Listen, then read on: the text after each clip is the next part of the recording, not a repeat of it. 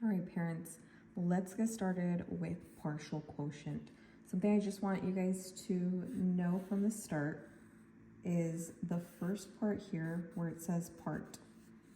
Part, we're going to be getting part or pieces of the quotient. Now, quotient is just a big fancy word for answer.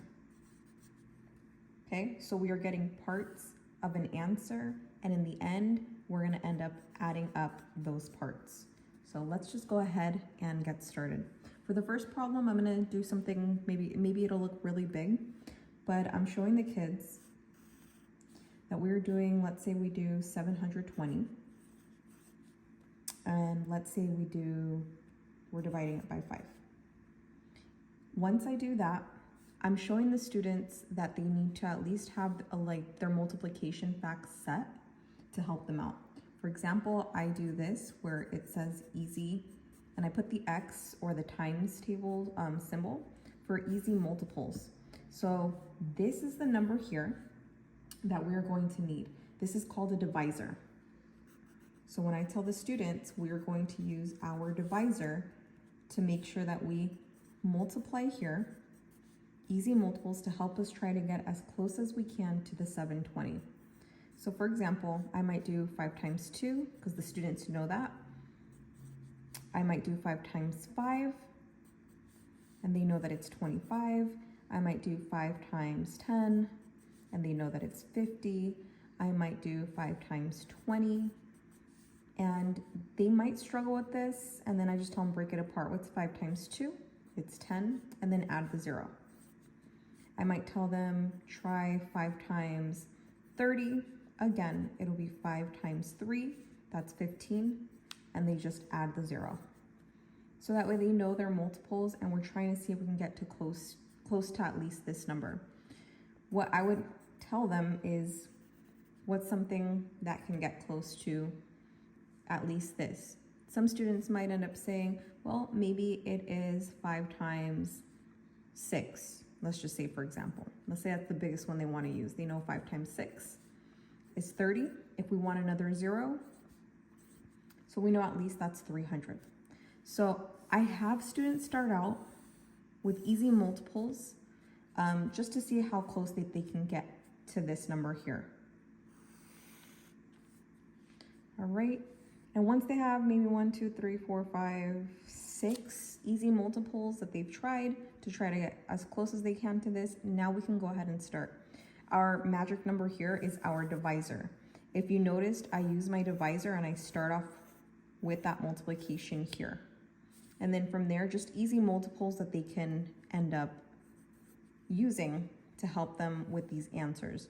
So if I want to go ahead and get started, I know that I'm going to have to try to get as close to 720. We know 25 is still pretty far, 100 pretty far, but the closest one I have here is 300.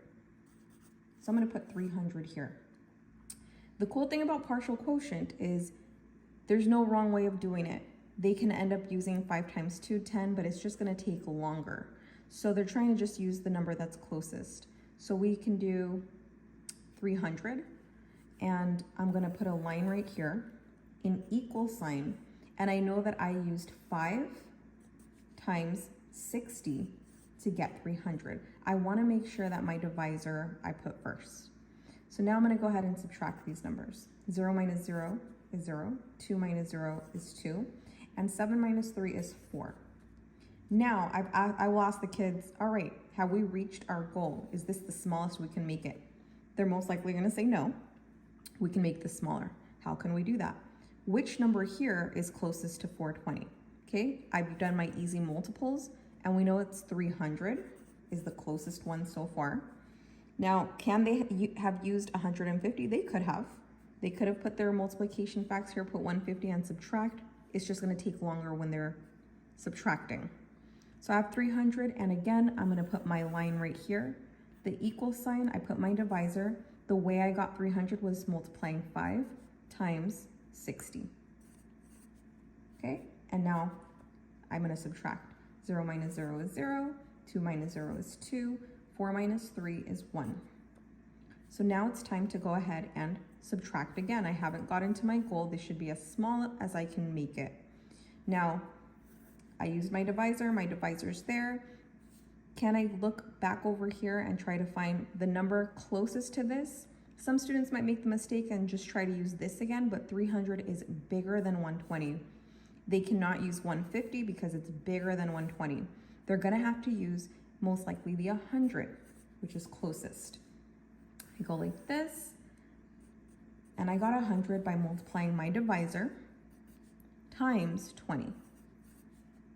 Okay, so I'm circling my divisor. That's what I ended up using to get 100, and now I can subtract. 0 minus 0 is 0, 2 minus 0 is 2, 1 minus 1 is 0, and now we can go ahead and multiply. 5 times something gets me as close as I can to 20.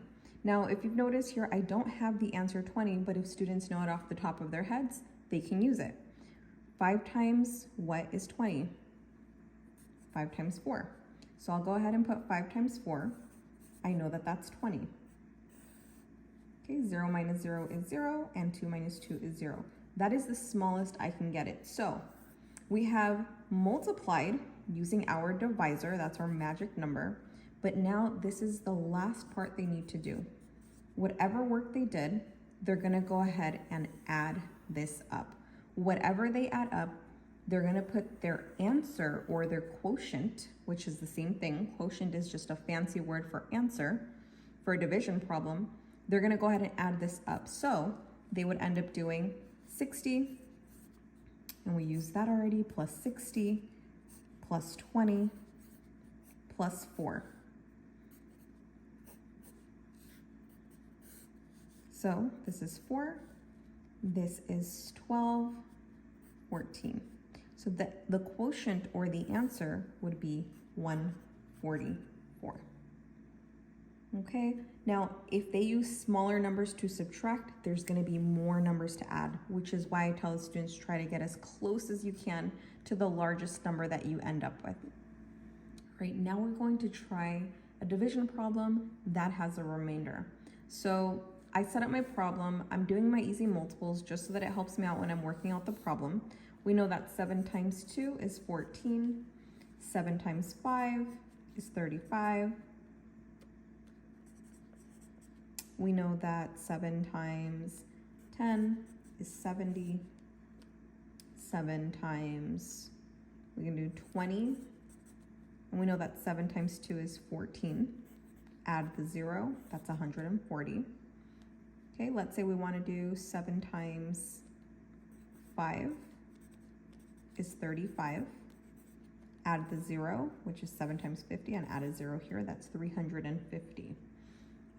You can keep going, students can keep going, but we're trying to get as close as we can to 458. They can keep going with their easy multiples just to see if they can get closer. So let's go ahead and get started. We know that out of the chart that we've made as an easy multiples, we can end up starting to see which one's closer. So we have 350, which is the closest one we see right now. And our magic number right now, which is our divisor, is 7. So 7 times 50 gave us 350.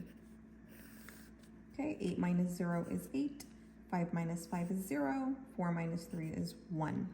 Now I need to try to find a number that's closest to this.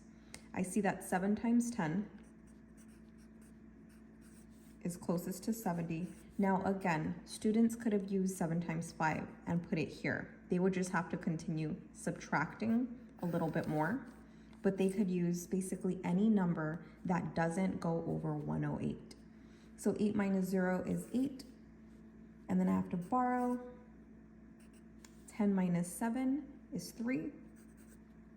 So now I'm going to go ahead and see what's the number closest to 38.